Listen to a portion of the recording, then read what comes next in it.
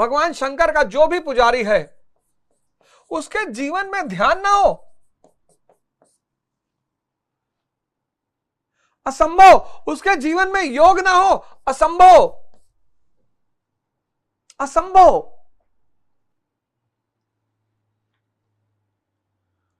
अब विवेकानंद वैश्या को मां कह रहे हैं। लोग गुस्से में अपनी पत्नी को वैश्या कहते हैं।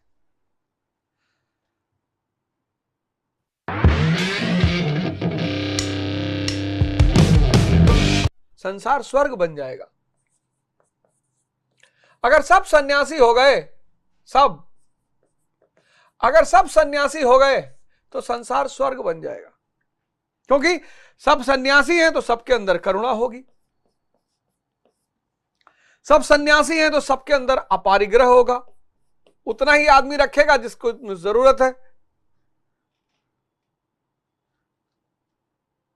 सब सन्यासी होंगे तो सबके अंदर सेवा का भाव पैदा हो जाएगा। कोई सड़क पर गिरेगा तो लोग उठाएंगे, मोबाइल से वीडियो नहीं बनाएंगे।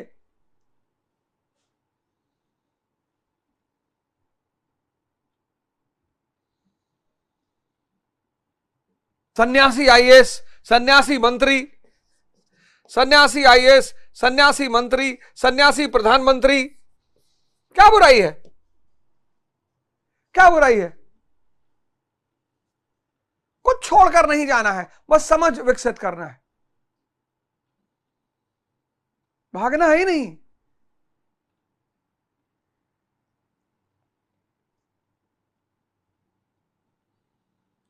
और फिर जीवन में क्रांति का सूत्रपात होगा। अब धर्म इतनी बड़ी चीज है, धर्म, हजार बार मैंने आपसे कहा कि धर्म मानव विकास का विज्ञान है। मानव विकास का विज्ञान, साइंस है ये। इसको फिजिक्स विजिक्स से मत, ये भी विज्ञान है, ये भी साइंस है। फिजिक्स के नियम, केमिस्ट्री के नियम सब यहां लगते हैं, कुछ अलग नहीं है।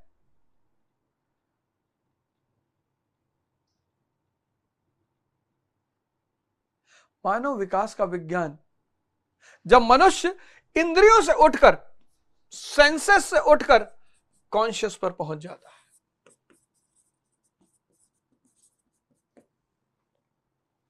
यहां स्त्री उसके लिए भोग है, यहां स्त्री उसके लिए शक्ति है।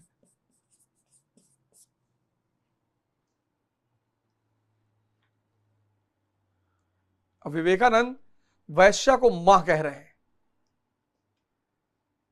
लोग गुस्से में अपनी पत्नी को वैश्या कहते हैं। मैंने देखा लोगों को गुस्सा जाते तो अपनी पत्नी को वैश्या कहते हैं। पत्नी को गाली नहीं दिया जाना चाहिए, ना उसे मारा जाना चाहिए, वो कुछ भी करे। पत्नी आईना है पुरुष का, स्त्री आईना है पुरुष का। अपवाद हर जगह हो सकता है। सुकरात की पत्नी बहुत खतरनाक थी, बहुत। खौलता हुआ पानी डाल दी थी चेहरे पर, आधा चेहरा जल गया था। अपवाद हर जगह हो सकता है, लेकिन स्त्री पुरुष का आईना है।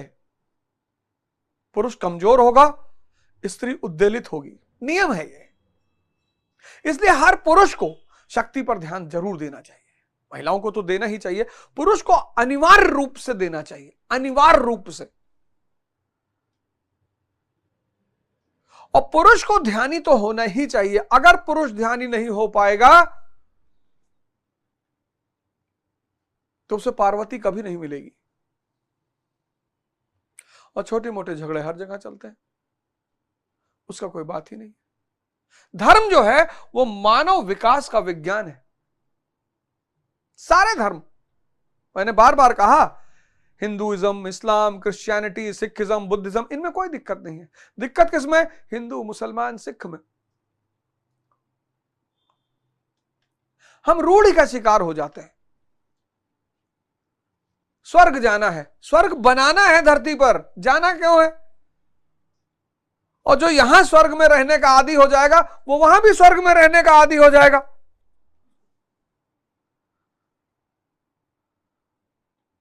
हम रूढ़ी का शिकार हो जाते हैं। इस पर ध्यान देना है हर चीज पर।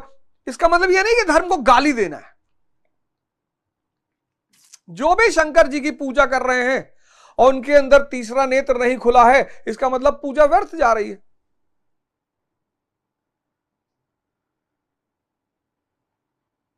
त्रिनेत्र। जो भी समय का सम्मान नहीं कर रहे हैं, इसका मतलब वो महाकाल, काल यानी समय। पश्चिम ने समय को पैसा कहा, हमने समय को भगवान कहा, महाकाल।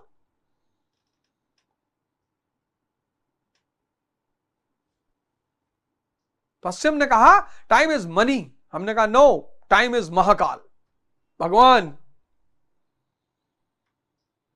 जो भी हनुमान जी की पूजा कर रहा है और उसको बीमारी है, ना से रोग हरै सब पीरा, जपत निरंतर हनुमत वीरा। 1 घंटा सांस पर ध्यान दे दो। 1 घंटा बहुत है, 10 मिनट से शुरू करना।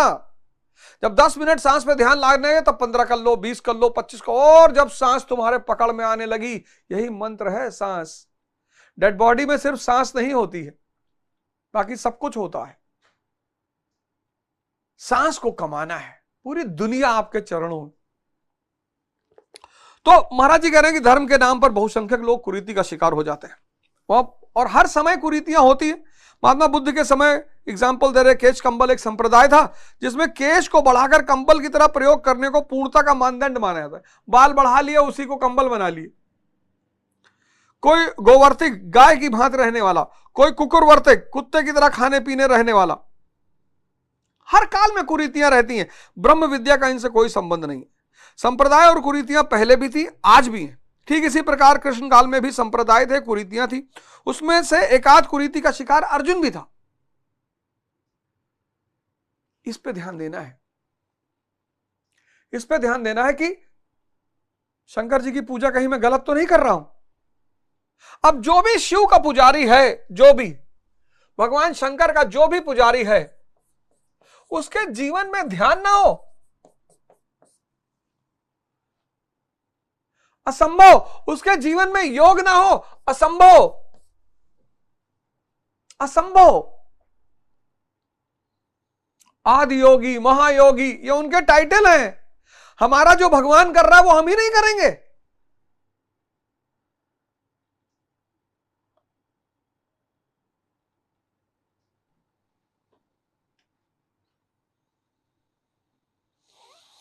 उसको नंदी बनना पड़ेगा। शिव का जो भी भक्त होगा उसको नंदी बनना पड़ेगा, नंदी। और नंदी मंदिर के बाहर बैठे, धैर्य। ऐसे आपको भी नंदी की तरह आंख बंद करके बैठना पड़ेगा। कुछ नहीं, बस बैठे रहिए, सांस को देखिए, प्रतीक्षा करिए।